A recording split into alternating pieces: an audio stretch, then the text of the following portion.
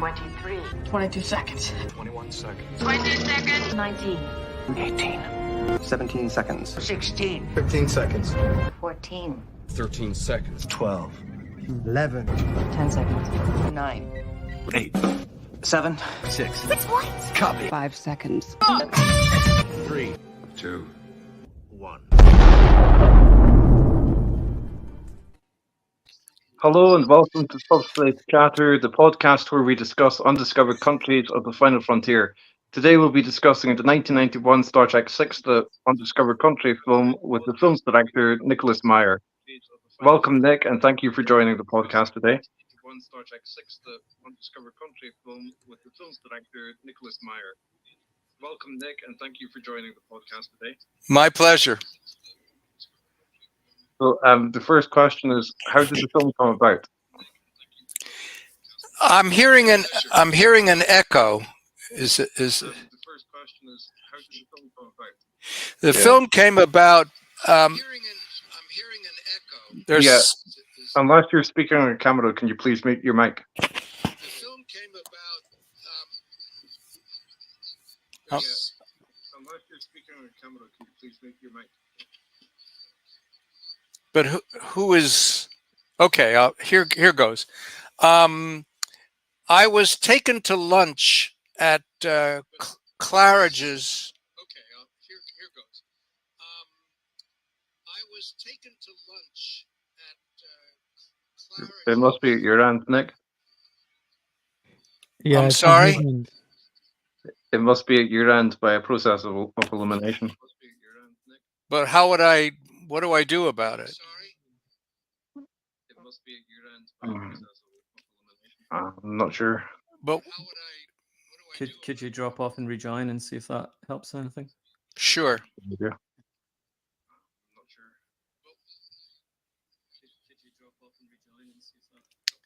I have to see how I drop off is what I have to figure out.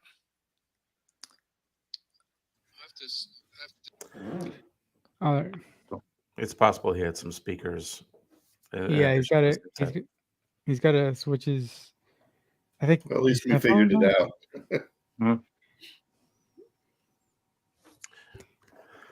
Well, this is compelling. Hello, Nick? Is this any better? Yep. Yeah. Okay. Excellent. Hello, Nick? Oh, they're still live. It's possible you have your speakers also as well as your headset, Nick.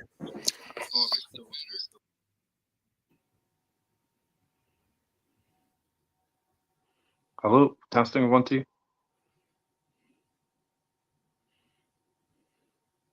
I don't think there's echoing now. Yeah, it's fine. Can you hear us, Nick? Oh, we can't hear you.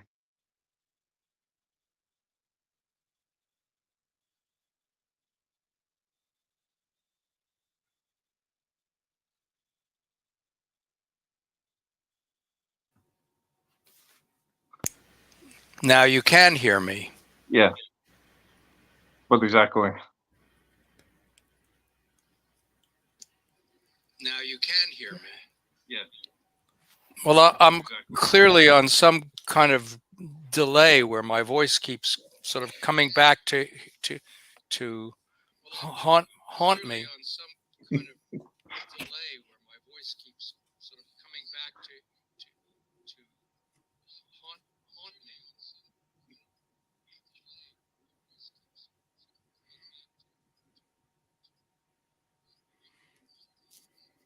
Do you know if there's anything you can change in the settings or anything?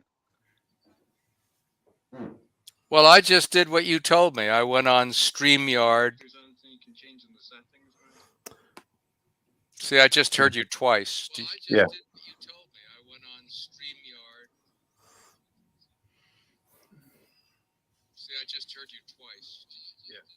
Maybe your headphones aren't plugged in, perhaps? I'm not sure. My headphones are plugged in. Okay. So you're hearing us through your headphones?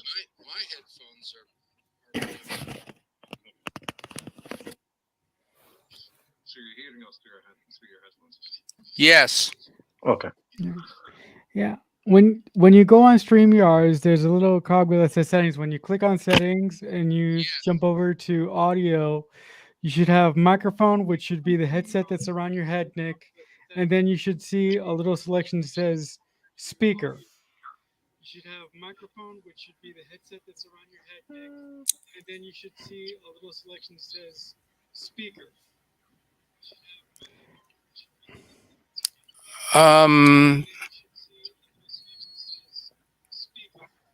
Speaker. Yeah.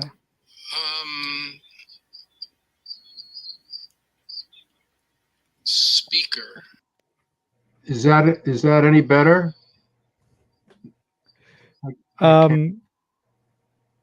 Yeah, so just talk about something random for a couple minutes. I just want to.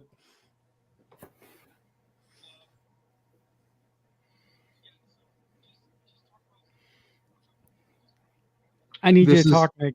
Yeah, I'm doing the best I can. Can you hear me or you can't? Yeah, I can hear you, but there's no echo now. Yeah, I think the echo's gone. I got it. We got it. It's minimized. There is still some, but it's less than before. Well, at least I I want to turned it try down. something. What happened?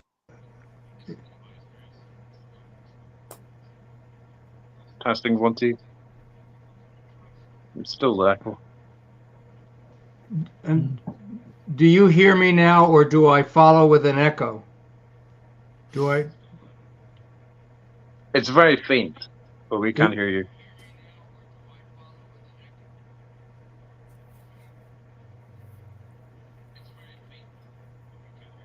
All right, let me try to answer the question.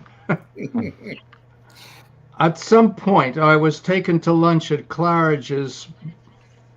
No, I'm the reverb just comes back in my own headphones. Oh no. Okay. I don't know how to do this, fellas.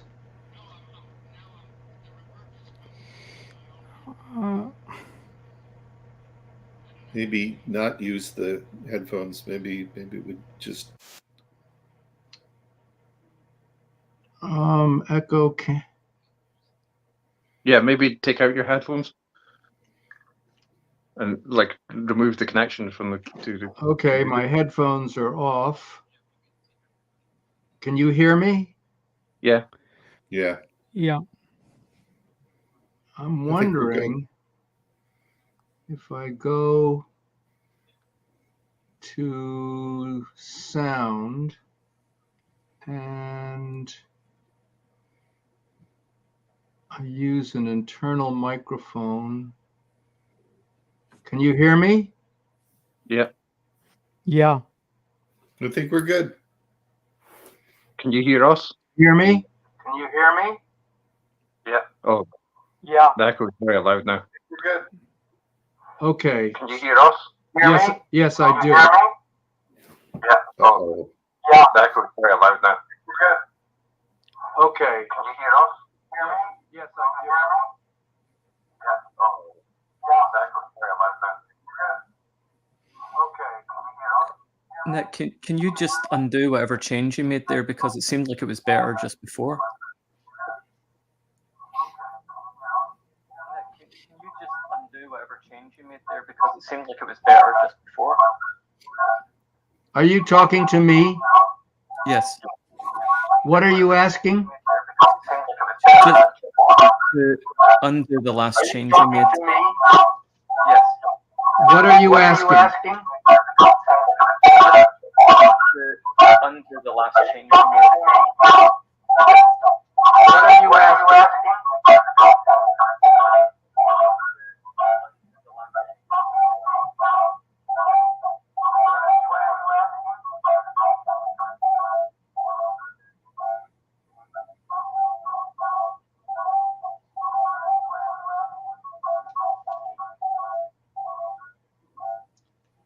Can you hear me now?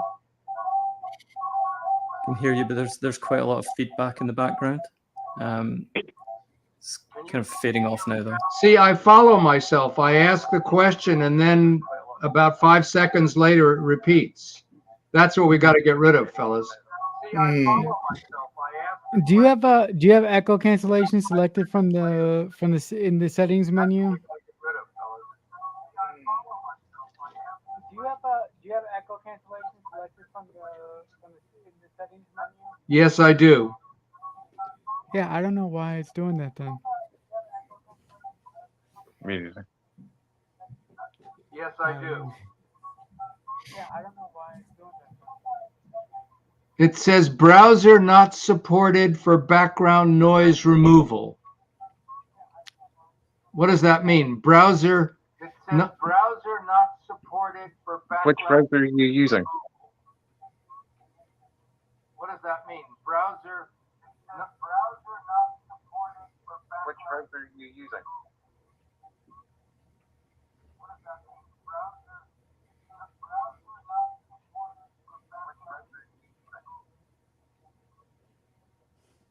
Apologies for the technical issues currently. You're currently experiencing Socialist chatter. Could I Please ask stand a by. question? For the technical issues currently. You're currently experiencing Socialist chatter. Could I ask a question? Yeah. Would this work better on Zoom? Could I ask a question? Yeah, we could try that. Does everybody have a Zoom thing? Well, Zoom won't be able to multicast or anything like that. No. Zoom won't be able What do you want to do, Dan? Maybe we can. What do you want to do, Dan? Maybe we could reschedule Nick for a separate show, and when we can get to the bottom of the technical issues and just resume discussion on the film today, unfortunately. Get to the bottom of the technical issues and just.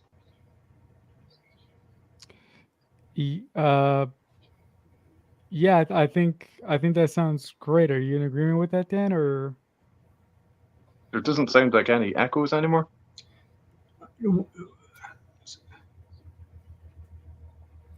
Are you guys there?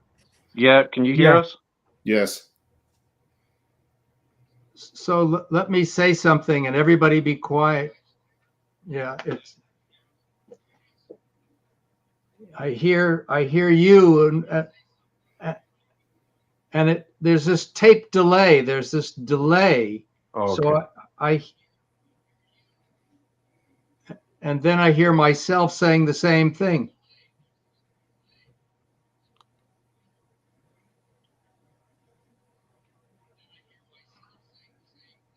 Do you guys want to try this tomorrow?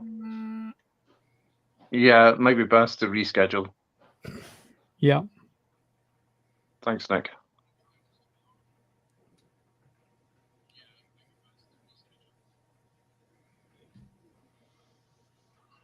Oh, that's okay. Just send me an email and tell me what we're doing. Okay, will do. Thank you, Nick. Okie doke. Sorry.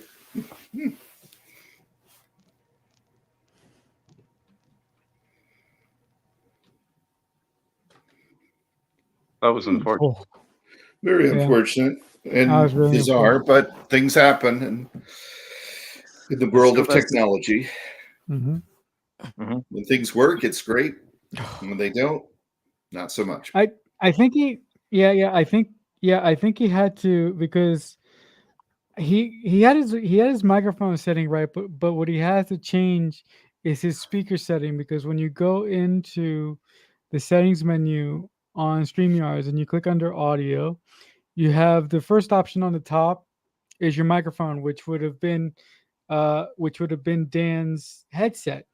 The second option where it says speaker, it would also have to have been his headset, because he's essentially getting sound from the same source. But I don't know if I doubt that he would be able to get that since he was hearing all the echoes all over the place. Well, let's start. We've gone 15 minutes now into the show. Let's start reviewing Star Trek VI: Undiscovered Country. What are your earliest memories of the film? Well, one of my earliest memories of the film was having my mind blown out the back of my head, finding out that Worf was defending Captain Kirk and Bones in the Klingon in the Klingon trial. I was like, oh my god, that's Worf. And then I had a family member say, no, that's not Worf, that's his ancestor. So that's like my earliest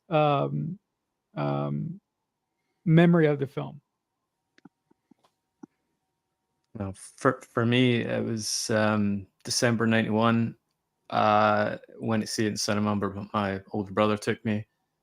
First time seeing a Star Trek film in cinema, and just I couldn't have picked a better one. Remains my absolute favorite of the original crew films. Yeah, I loved it. When it came out in VHS, I begged my mum to buy me it. Swore to her that I would never ask her for anything ever again. And obviously I did eventually, but I probably kept more true to that promise than I had in other occasions because I wore that tape out just watching it over and over. Well then, Bob?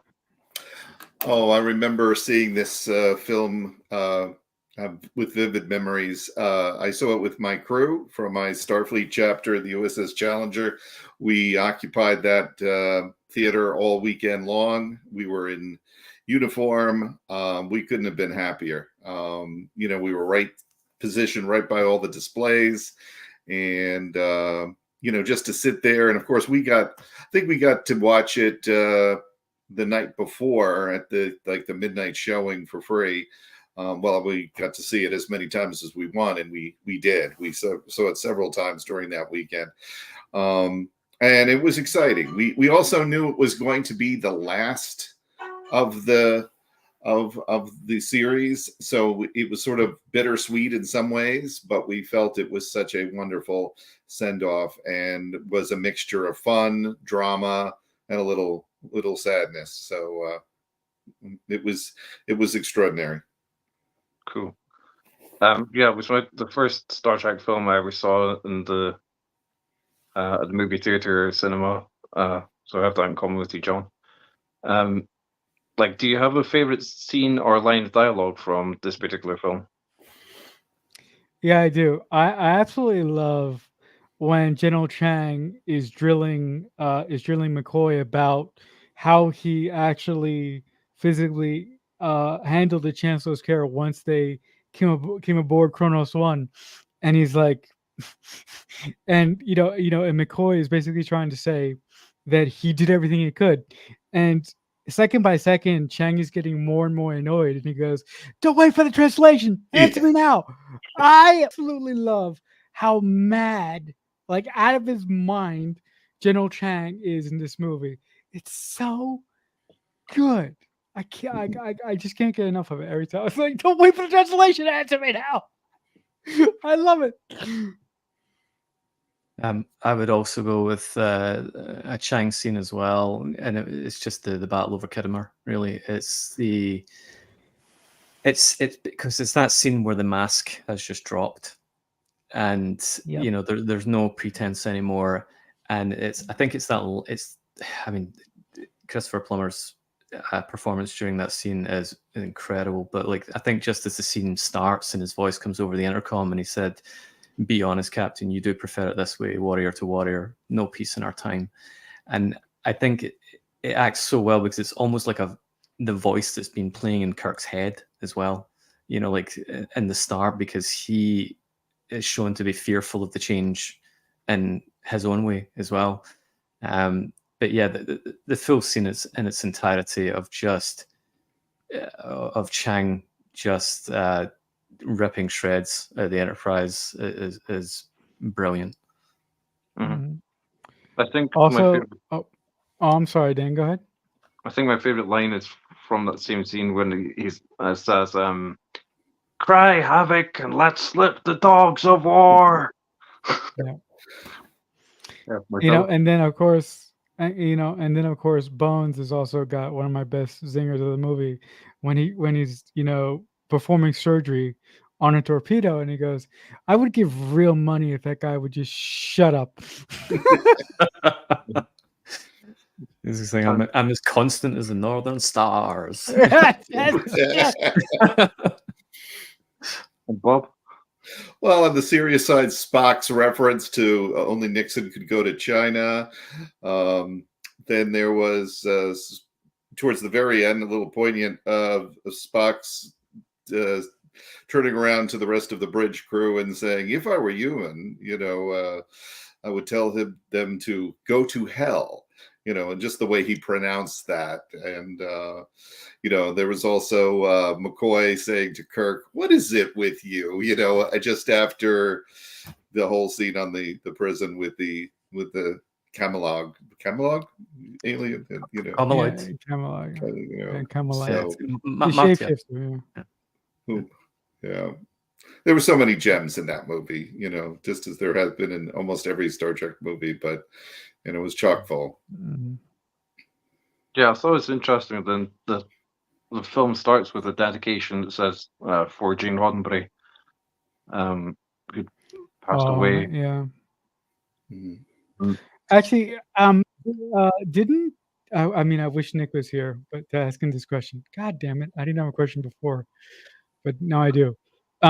Didn't Gene screen the movie a couple days before he passed away, and didn't he say that he didn't like it?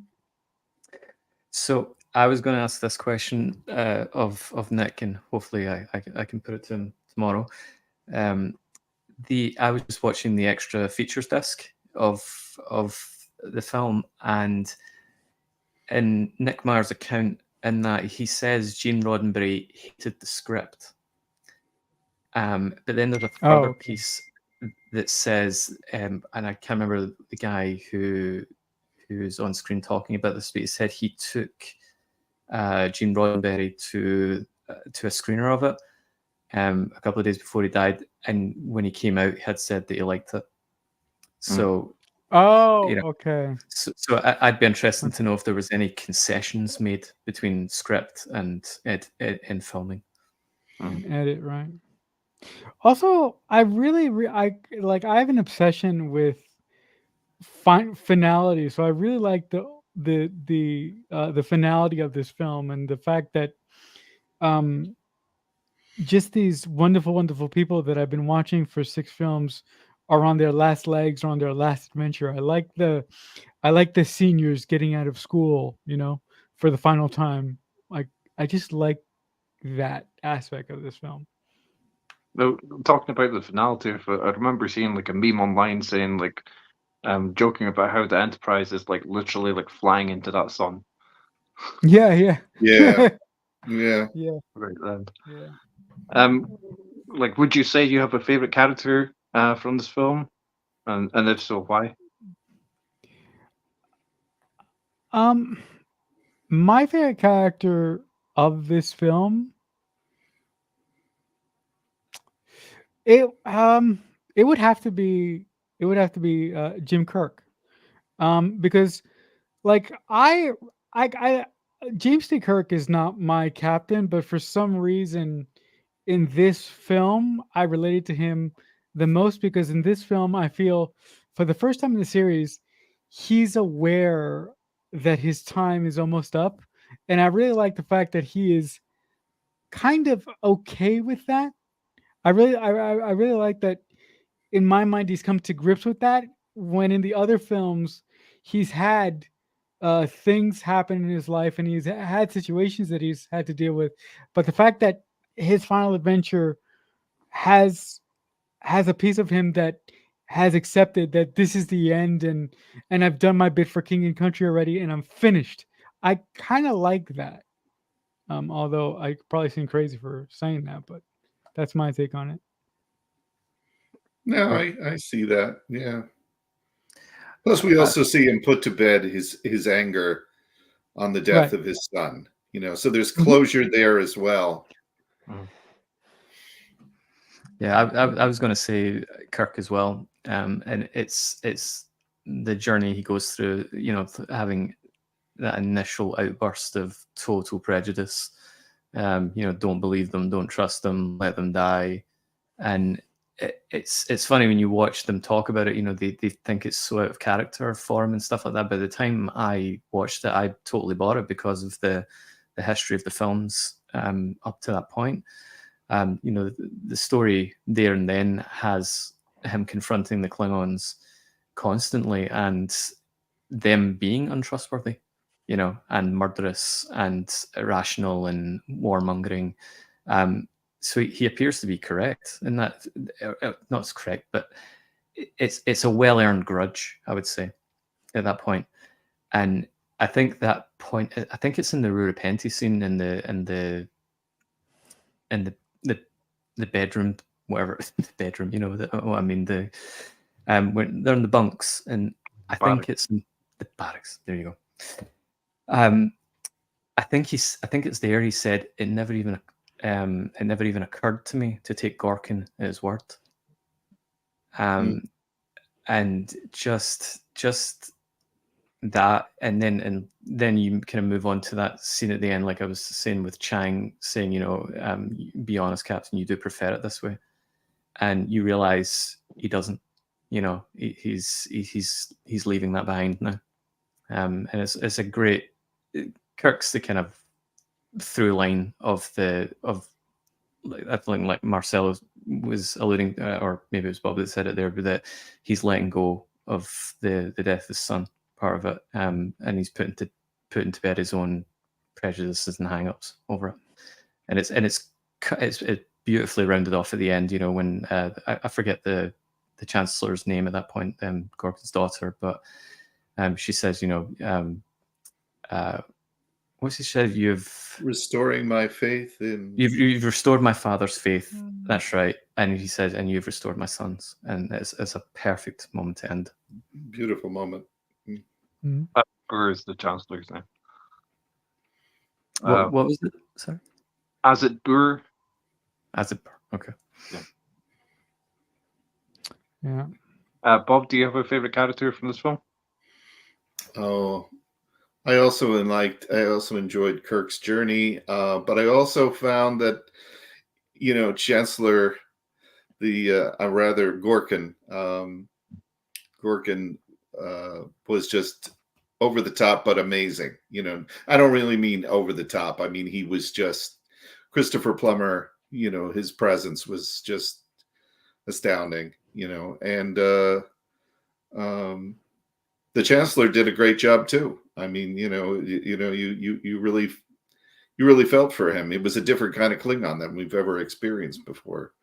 So really, the Klingons had their, kind of stole the show as well. So in two different ways. So I'd have to say them. A three-way tie between Kirk and the two lead Klingons. Also, see Sarek in this one. Yeah, go ahead, Marcel. No, also I think the star of this film is the star in the background of this film is Nicholas Meyer. Because he's just great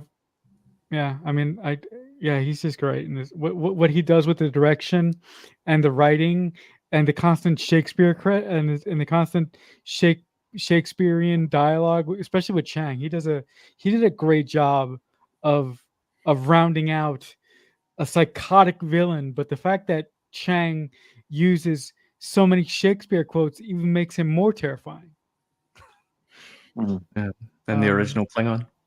Yeah, in the original Klingon. So there is that. Because even though, there was moments before this that I thought with all these Klingons, it would have been so nice to have seen Michael and Zara or,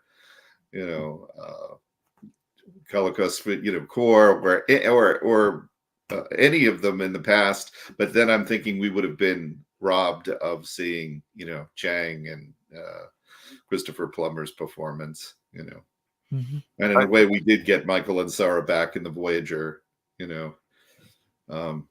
sandwiched episode with Yeah, this continuity. Mhm. I really like Martia. I thought it's cool, like they're able to like show her, and with their different forms, but have the continuity. I thought it was really good by having a man voice whatever form Martia is taking. I thought it was a cool touch. And also her banter in her fight with Kirk eventually, and then the eventual line where they're like, "Shoot him, not me," and stuff. I find that really funny. What performances would you describe as standout ones in this particular film? Um, you know what? I really like how subdued Spock's performance is. I mean, he's generally subdued to a point because he's a Vulcan, but there's a sense of kind of Vulcan melancholy about him. Like just the way he speaks with that softness and his presence, specifically when he is in his quarters, telling Sabic that, this is my final voyage on the ship as a member of his crew, and I intend for you to replace me. And while he's saying this, Sabic is looking at a painting on the wall, and she goes, "I fail to understand the meaning of this painting, right?" And Spock just basically goes, it's a reminder to me that all things end." And I'm like, wow, that's so great. I just really think that his performance, from a tone point of view and from I don't know, there's something that I found different about his performance this time around as opposed to the other films that we've been going through in the weeks past. That little outburst in sick bay he has where he slaps the phaser out of Valeris's hand as well is yeah. Why do I keep saying Savick Valeris?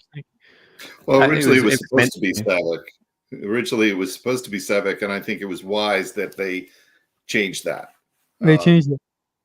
Yeah, they changed that because I think they knew fan reaction would not. It would have hurt more.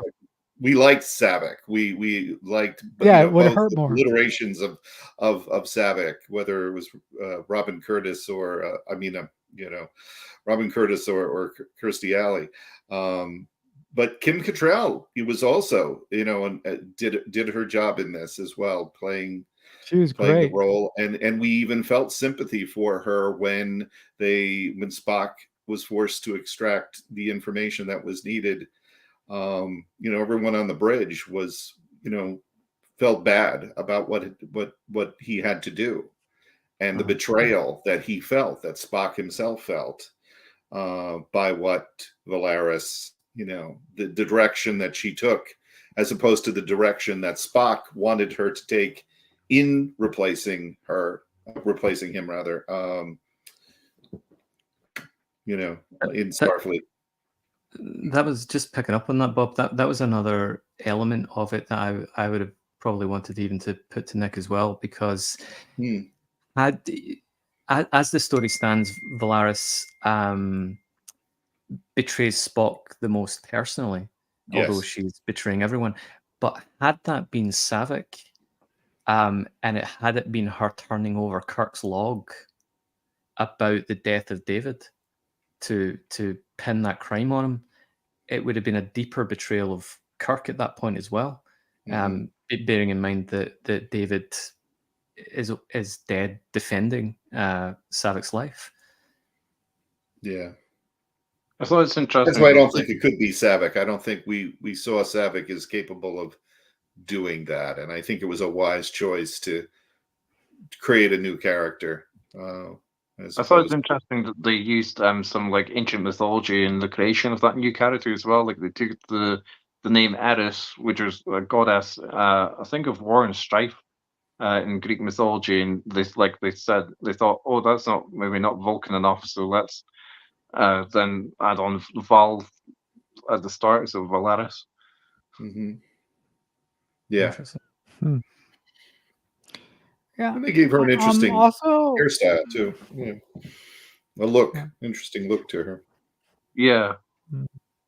And by the way, when you were just because your original question was like kind of standout performers, I would have gone for Kim Cattrall as well.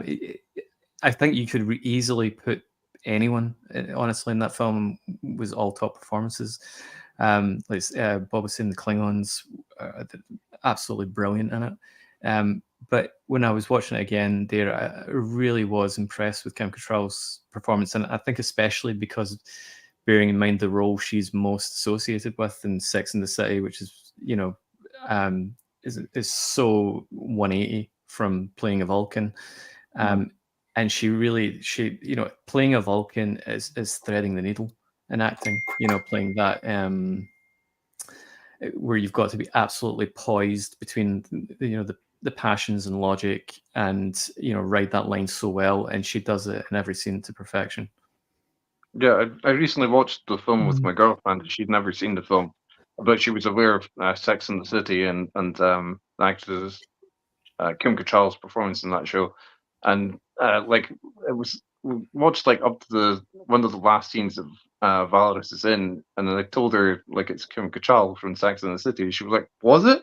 Could hardly believe it at oh first. my god, It looks so that's different. cool. And I think Sex in the City though came after this film. Yeah. But up Yeah, to then, yeah. she had been. I mean, let's face it. Some of us old people, She was a knew mannequin. her as from Porky's and Mannequin. Although I don't know if Mannequin Mannequin too. was before or after this movie. I think it was before. I think it was. In Yeah, the it was 80s. before. It was Mannequin Yeah. was in the 80s. Yeah. Yeah, but also a really unsung part of this film, because as you guys know, I'm obsessed with Star Trek scores. The score of this movie is really good because from the start of the movie, it just puts you in a particular mood that you sort of ride Yeah. all the way through the end of the film. It's just great. It's good stuff. Yeah, it's Yeah, got a kind of conspiratorial type feel to it right from the off, isn't it? It's kind of creepy and dark and mysterious. Yeah. Yeah. I think one of the best performances in this film is by David Warner, personally, because he's in Star Trek V: The Final Frontier. But I think like Kim Cattrall a bit, like he's like quite unrecognizable in the two different roles. I guess it helps Yeah. because this one he's wearing Klingon makeup, but still, like I do think he delivers a really good performance. And this line, "Don't let it end like this," when he's dying. Yeah. Yeah. Don't Bleeding let it end like with this, don't let it. Captain. Yeah. Don't let it end like this. It's also his line where he says, "If there is to be a brave new world, our generation is going to have the hardest time living in it." I'm living in it. Yeah. Oh, such good stuff. Delivers it wonderfully as well. Yeah. Also, I am aware that basically Nick and Leonard Nimoy came up with the general concept of this film while walking on the beach. But I'm curious to find out from Nick, how long did it actually take to write the script out and get it to a point where everybody else was happy with it. Because coming up with the basic structure of a story is one thing, but actually sitting down to write it, that can be a heck of a turnaround. So I'm actually interested to see how long that took. Why am I And there's thinking a also- question to ask him now when he's not here? There's also Nick Meyer's papers. Off the top of my head, I can't remember where they're available, but like they are available, and I'm sure there's a Oh. catalog of them online to show you the dates that they were submitted and stuff. Oh, okay. Like, what are your thoughts on the aspects of like the film's visuals, like the weapons, ships, costumes, and general production design? I'd like the fact that the ship this time around has a sort of like a muted color to it. It looks darker. It just looks very, very droll. I love the costumes. I love the fact that for some reason I'm obsessed with the fact that they go into the galley of the Enterprise, and in this film we figure out that if any unauthorized weapon on the Enterprise goes off, like an alarm will immediately go off. I think that Nick did that just for story plotting, but I really loved that. I'm not much of a ship guy, so that's all I got to say. Yeah, I would echo that as well. Like I think there's some really nice touches, like in the galley. You see the barracks of the kind of the other lower decks officers as well. You know, I think is it the Excelsior scene at the start as well, when you see when they get struck by the energy wave and people start tumbling out of bunk beds and things like that. You know, it's there's that really grounded feel, and there's also the search scene. When they're looking for the boots, and you know they're just tearing through drawers and everything. Everything's so much more real and lived in, and it does go back to that more kind of Star Trek, to that more kind of naval thing as well. I think everything's got a bit more of a claustrophobic, slightly feel to it, albeit updated from that time. I really liked the Klingon Bird of Prey because, like, I think like up to this point, like it was really well established. Like the ships had to like decloak and to be able to fire. But this one is like pretty cool, in that it doesn't have to do that. I think pretty powerful. Yeah.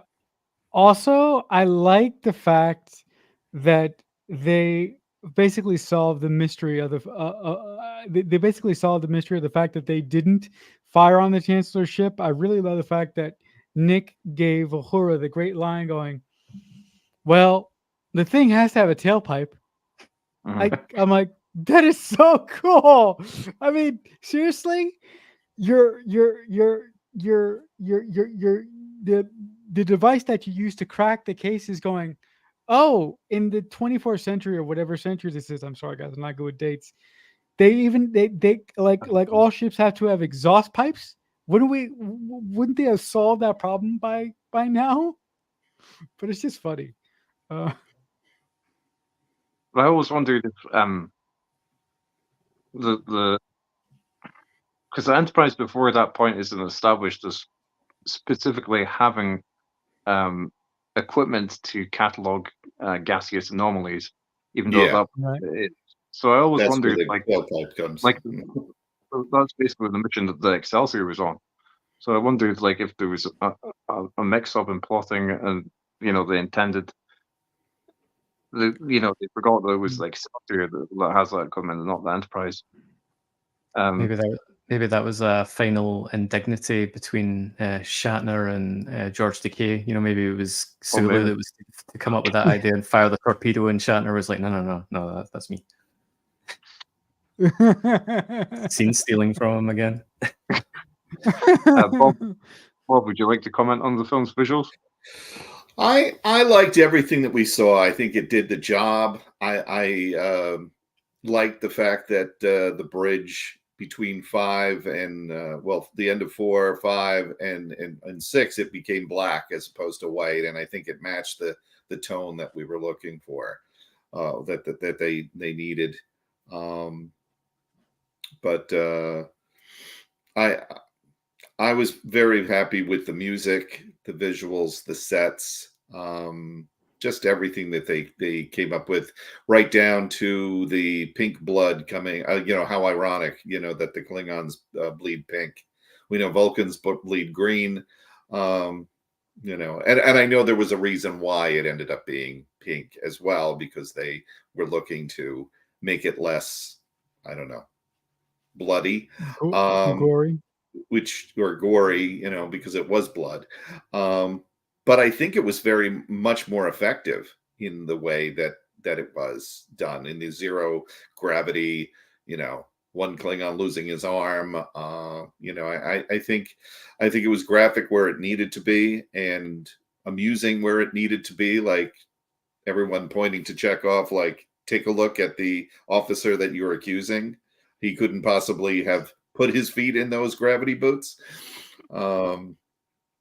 So no, I think it very much worked out well.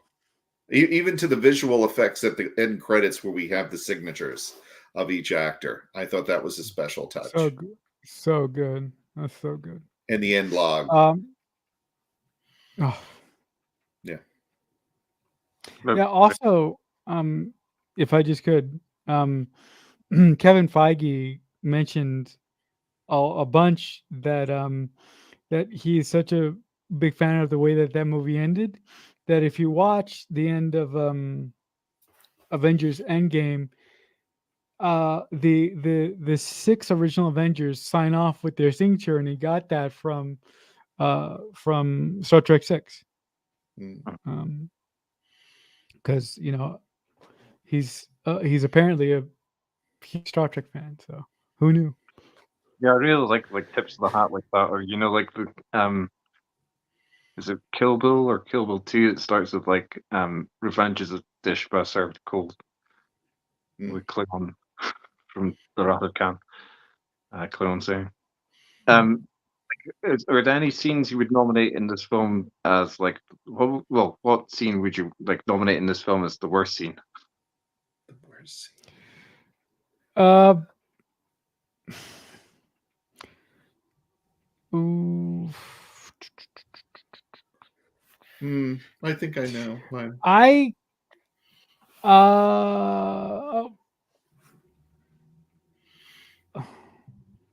Okay, I got one. I like him, so this is not me bringing him down or whatever, because I'm a huge Christian Slater fan. But I would have found another way for Sulu to convey his loyalty to his former captain. I would have had somebody within Starfleet call him instead of having Christian Slater come and knock on his door and say, "Hey, Starfleet wants to know if we know anything about the Enterprise and its whereabouts." And then I would have had to tell High Brass goes, I have no idea where the Enterprise is. We have no idea where they are. You know? So yeah, but this film to me is as close to perfect for a Star Trek film from the original for the original crew that it can get. It's pretty almost close to perfect. Mm-hmm. The only one for me that I think's got dubious bits in it probably is at the end of the Repenti escape, when they're camped out, and Marty takes on the Kirk shape, and they have the fight, and and then they're arguing over which one to kill, which version of Kirk to kill, and you think, well, Martia could sort that out pretty quickly, just by either speaking in her own voice or changing shape or whatever. But that's probably the weakest little moment I think in there. But even still, it's ambiguous. It's such a strong film. That's me stretching, to be honest. Bob? Although I just mentioned that I like the scene where Chekhov is, once again the comedy relief, but it doesn't make him look very smart. I mean, he's the guy that's in charge of security on the ship. Not just tactical, but it was alluded that he was kind of in charge of security as well. So, and heading the investigation, and for him not to know before making the accusation seemed. Although I don't know if I'd take it out either. So I'm a little torn, but I think that scene was a little, stretching a little bit. Can I add another one, actually? Sorry, because it just jumped in my head, and I think it jumped ahead of the one I mentioned. It's the fact that the Klingon, they have the Scooby-Doo bit. It's Colonel West. That, Oh yeah, that's right. I peeling the Klingon mask off him. I don't know that we needed that part. That it was just some Klingon assassin, I think would have been fun. Yeah, it's always boggling my mind. The line, "Only top of the models can even speak." I have no idea what that means, but I think my most problematic scene, and I love the film, and it is my favorite of the original films altogether. But I think the one I found most problematic, and I think Nick Myers commented about also finding it problematic, is with how the film is like aged or whatever, how it's seen through modern and postmodern eyes is the scene with Spock trying to Oh extract yeah. the information from Valorous. It's almost verging on like a mental rape scene in a way. Yeah, I mean, look, I will quote one of my favorite Mission Impossible movies. I know that's coming from left field, but Desperate Times, Desperate Times, Desperate Measures. Chairman. Time was running out. I I have no problem with what he Time was did. running out. So either you worry about her feeling comfortable and you let the president get assassinated, or you do the uncomfortable thing, get the information that you need, and save the day. You have two choices. Yep. And that's it. Yep. Totally agree. Yeah. Although we haven't talked about Admiral Cartwright here, who we had previously, liked from Star Trek 4, and he's back, and he turns out to be, evil. Also having betrayed his oath and his office. He did a great job, Brock. Can't think of the full name, but Peters, Brock right? Peters, yeah. Brock Peters, wonderful actor, who we would see, in Deep Space Nine, and as Sisko's father, later, and how ironic that Colonel West, is portrayed by the actor who would change shapes, and he's wearing a mask. So changing identities. I thought it's also cool that you see like the Afrosian is the president of the same species that you see in Star Trek 4: The Voyage Home. Like matching the makeup, and you see in the Federation's president's office, you see like in the window behind this Eiffel Tower. So it's cool. Like it was in France, and not absolutely everything happens in like San Francisco. Mm-hmm. Also, I also find it really. I mean, this is going off of Bob's point with the same actor who played Odo being in this film. I also find it really cool that Star Trek uses the same actors but puts them in different roles throughout the history of the franchise. Not too many active franchises do that. The other show that did that a lot or a couple times was the original Mission Impossible series from the 60s.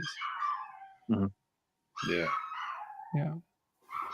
Yeah, that's a good point, because there's so many times in which actors have, I'm thinking of in TNG particular here, like when Armin Shimmerman played the first Ferengi, and then ultimately went on to play Quark, and there's there's quite a gap between two performances, but it's like he gets to kind of define and along the way of what Ferengi was to be. They were very similar with was it Mark Kalemo who played Gul Dukat eventually, but I think he played the first Cardassian. Yes. In TNG as well. And I think these actors, like, they get these opportunities to really they start the ball rolling and then develop it much more as they go along, and they get to be very influential on how those species are perceived throughout the future. Yeah, Max Grudenchik, who played Ron, was a similar case because he played a Ferengi and Captain Soliday and like the Next Generation. Yeah, there's definitely been a few of them as well, probably. Yeah, and haven't thought of here. Any final thoughts? I've always said to myself, like, if I could have like a personal screening on my birthday, I would have two choices to actually scream in a large theater, probably by myself, because some people in my family wouldn't show up, unfortunately. I would either stream. I would either ask the theater to put up the Undiscovered Country, Star Trek 6, or Scream, because Scream is my favorite horror movie of all time. But this I feel that this movie did such a good job at reminding us why we love these people, why we grew up with these people, and why we would follow these people into a burning building without any questions, but also like I said before, I love the fact that this film has a sense of, okay, guys, this is it. We're coming to an end, and it has a sense of finality. And I just really enjoy this film. I've enjoyed this film so much more as I get older, which is funny to me. I would echo that sentiment. I mean, for me, it's a perfect film, more or less, Star Trek or otherwise. It really is top class, and it's one of those, like, how many times do you see a film? I've seen this when I was 11 years old. How many times do you see a film at that time of your life and it's unwatchable in 10 years? And this, every time I've watched it ever since, stands up. I see something new in it all the time. The way it tied up, I mean, I know it was allegorical for the fall of the Soviet Union and stuff, but it also tied up so many other things that were, that bridged those gaps between the original series crew and the Next Generation. The fact that the Klingons had come to peace at some point, so it tells that story. And it's just the most perfect send off for the original crew. The kind of Peter Pan line at the end, second star to the right and straight on till morning. It's got that sense of everlasting youth, because it'll, they're committed to the screen one last time before they all really grow old. Just perfect, and I wouldn't change a thing about it. Love it. Yeah. I don't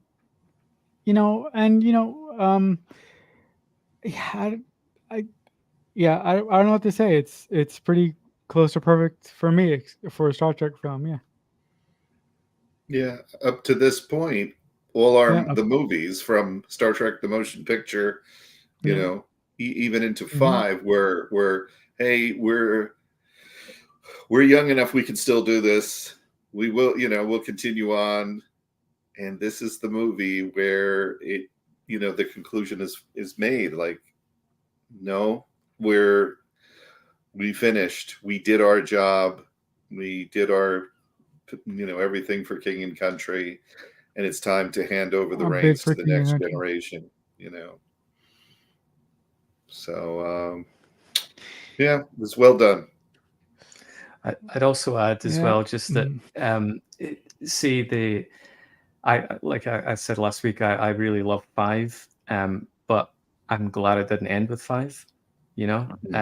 So I think it makes 5 better for me that it didn't end on that kind of slightly divisive note amongst the fan base. I still love 5 because I think it gave us something we didn't get in any of the other films. But can't pretend there's not a difference in quality between 5 and 6. So I love that we get both. Cool. And let's not end on a divisive note either. We hope you've enjoyed the review, and we've enjoyed reviewing all of the original series films. Hopefully we'll have Nick Meyer joining us either perhaps tomorrow or next weekend. We'll keep you apprised on the social media accounts about that. Please keep watching Subspace Chatter. Thank you for joining us. Thank you for commenting, and those who have and those who will. Please remember to like and subscribe to this channel and do all the things like follow or whatever the platform that you're watching on allows you to do. If you've enjoyed our review, and hopefully you have, and track you later.